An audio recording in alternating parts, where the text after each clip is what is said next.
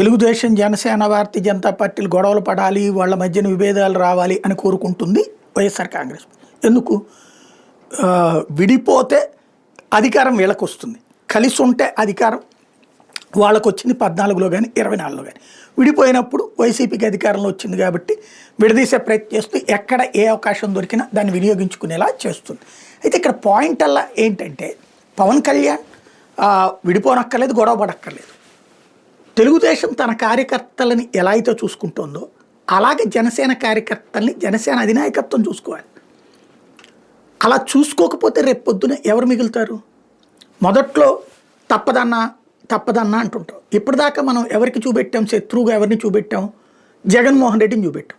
జగన్మోహన్ రెడ్డితో శత్రుత్వం మెగా కుటుంబానికి ఉంది కానీ కార్యకర్తలకు లేదు కదా.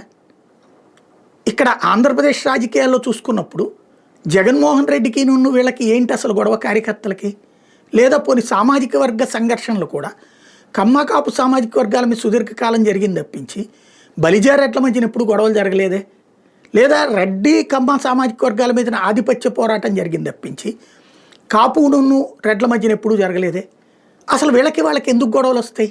బేసిక్గా పవన్ కళ్యాణ్ జగన్ని ద్వేషిస్తున్నాడు కాబట్టి, పవన్ కళ్యాణ్ వైఎస్ఆర్ కాంగ్రెస్ పార్టీ మీద కోపంతో ఉన్నాడు కాబట్టి, పవన్ కళ్యాణ్ వైఎస్ కుటుంబాన్ని విభేదిస్తున్నాడు కాబట్టి ఈనాటికి కార్యకర్తలు కూడా జగన్కి శత్రువులు అయ్యారు. కాపు సామాజిక వర్గంలోని పెద్దలు కూడా జగన్కి శత్రువులు అయ్యారు. ఇదివరకు అయితే అట్లా లేదే. వాళ్ళందరూ చంద్రబాబుని వ్యతిరేకంగా చూస్తుండేవాళ్ళు. జగన్లో పాజిటివ్ చూడలేదు వాళ్ళు, లేదా రాజశేఖర్లో పాజిటివ్ చూడలేదు.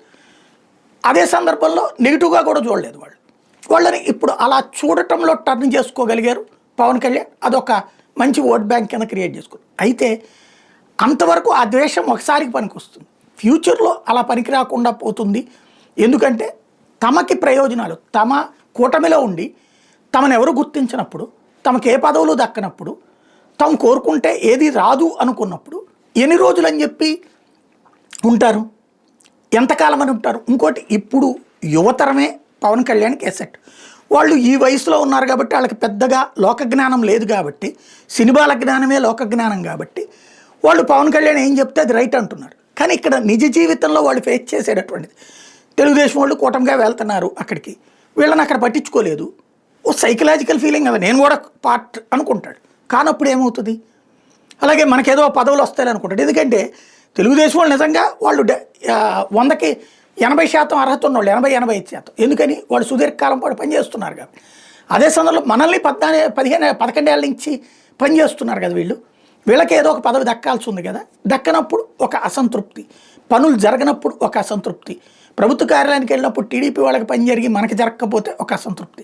దీన్ని ఎట్లా సెటరేట్ చేసుకోవాలో ఇంతకుముందు నేను చాలాసార్లు చెప్పాను, మళ్ళీ చెప్తున్నా. సమన్వయ కమిటీలు నియోజకవర్గ స్థాయిలో ఏర్పాటు చేసుకుని సెటరేట్ చేసుకోకపోతే తాత్కాలికంగా అంతా బాగానే ఉంటుంది, భవిష్యత్తు ప్రమాదకరం అవుతుంది.